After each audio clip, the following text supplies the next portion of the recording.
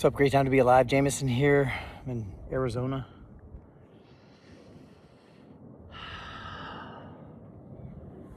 Beautiful place. I want to say thank you to everybody.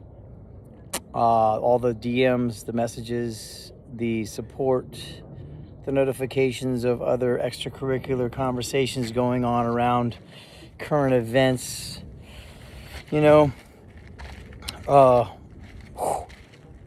Last few years for me have been crazy on multiple levels, spiritually, emotionally, physically, and I can't begin to go into detail. I don't share a lot. I do share some things, but I keep most of my life private because I have a team of amazing support, anonymous support that I consult with and guide me through very heavy situations that I almost didn't want to exist anymore. It got so heavy. And the public was, I guess, alerted to my family and troubles that we had in our family, and things that we don't go public about, but it was made public by a certain member of my family as a weapon. People use social media as a weapon sometimes, and it was very heartbreaking because it was after a time I was really celebrating life. I was able to give this person an opportunity to elevate themselves, and instead they used it to abuse me and make different decisions and choices which I have no control over. And since then, other people participated in this story, this narrative, and jumped on the train.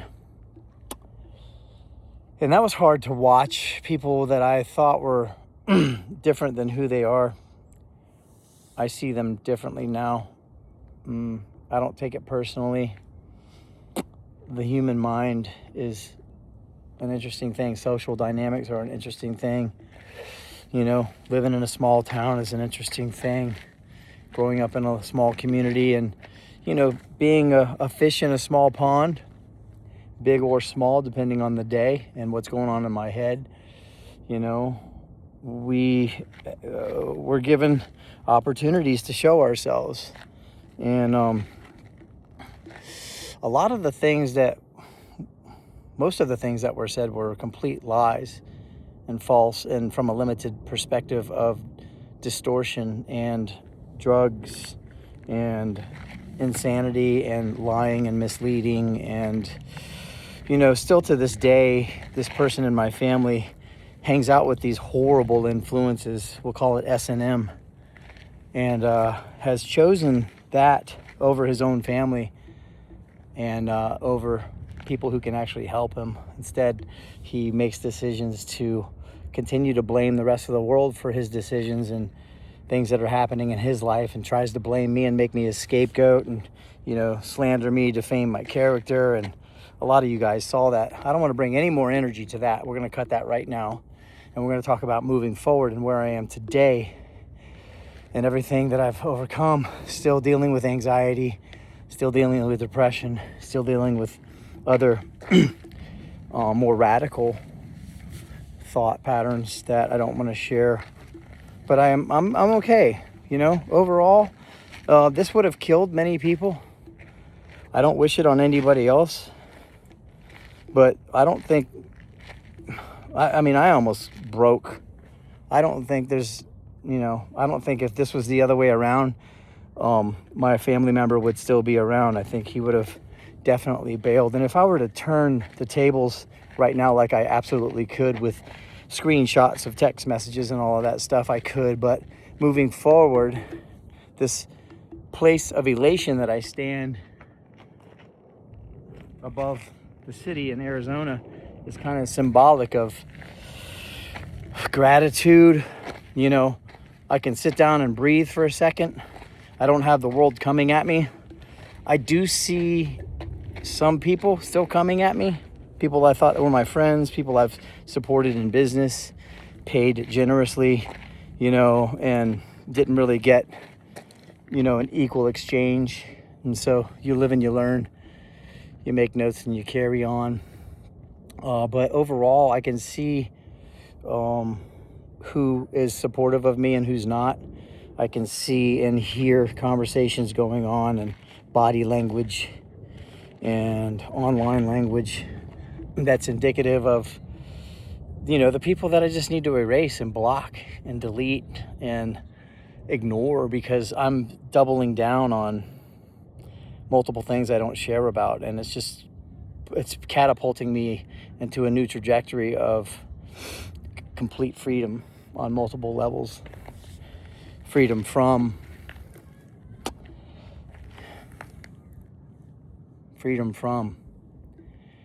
chaos, negativity, jealousy, envy. And it's putting me in a place of complete independence and self-sufficiency and autopilot, where I don't even have to think about where my resources are coming from anymore. And I get to capitalize on my life. And the naysayers are going to be like, social media is negative. I could be out when we're doing real stuff. Well, what real stuff are you doing? It doesn't get more real than this. This is my off time in between shows. I travel to other cities and, try to fill the gaps of time before I have to go on and play for 3 hours. I work 3 hours a day. The rest of it is travel and all the stuff that goes around that. Most people on tour traveling in these buses, these rock stars, they don't work. They're bored. They're sitting on a bus waiting for the show. Sound check, all this other stuff, all this downtime. I hang out with these people. I hang out with rock stars and, very successful musicians. I share the stage with many of them. I share conversations. I've got them in my phone. I've worked with the top producers in the world. I don't boast about it. I share some things about it, but I'm not going to tell you my life's any better than yours as a result, or put other people down. I actually lift people up. I support people because I love music. I'm a big kid. What I loved about Dimebag Darrell is they would go to these guitar shows and shit, and the guys from Dokken or Poison and all them would be like, we got to get our stuff ready. We got to make sure that our show is good. Dimebag would just show up and grip it and rip it and fucking shred and not care about anything, while others are over preparing and overthinking everything. So I love Dimebag. He's a great role model for me, with the exception of the alcohol consumption. I haven't had a drink in over 11 years or a drug. And I'm able to sort through things that I wasn't able to sort through. And I have an advantage over who I was before. And I'm not competing with anybody else. I'm just speaking for myself. So all that to say, I'm still alive. I didn't take myself out, even though I was very close to doing that.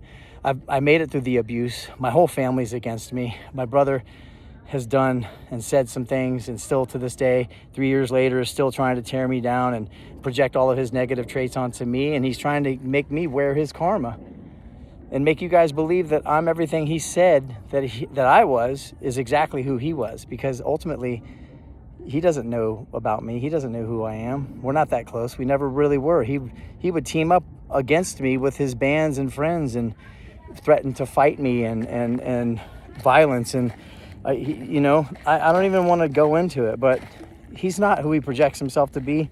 I'm not who you think I am either, because I only share a portion of what I want to share. So you can make up whatever story you want. I'll even add more to it. I'm not desperate for anybody to expose any part of my story, because I use it to celebrate and help other people. So there's nothing anybody could say about me publicly that I haven't already said about myself. And I'll even give you more than you already knew, because I'm not ashamed. I don't live in shame. I'm free. And I appreciate everybody who stood by me and is still standing by me and supports me. The rest of you, why are you even here? You're stalking me. I don't want you here. Just unfollow me, delete me. Do us a favor. You know who you are. I know who you are. I don't really want to fake it. This is authentic, real, raw truth. We're not friends. You don't have to act like it anymore, especially if you're coming up to me in public and acting like you're my friend after you've done that. See you later.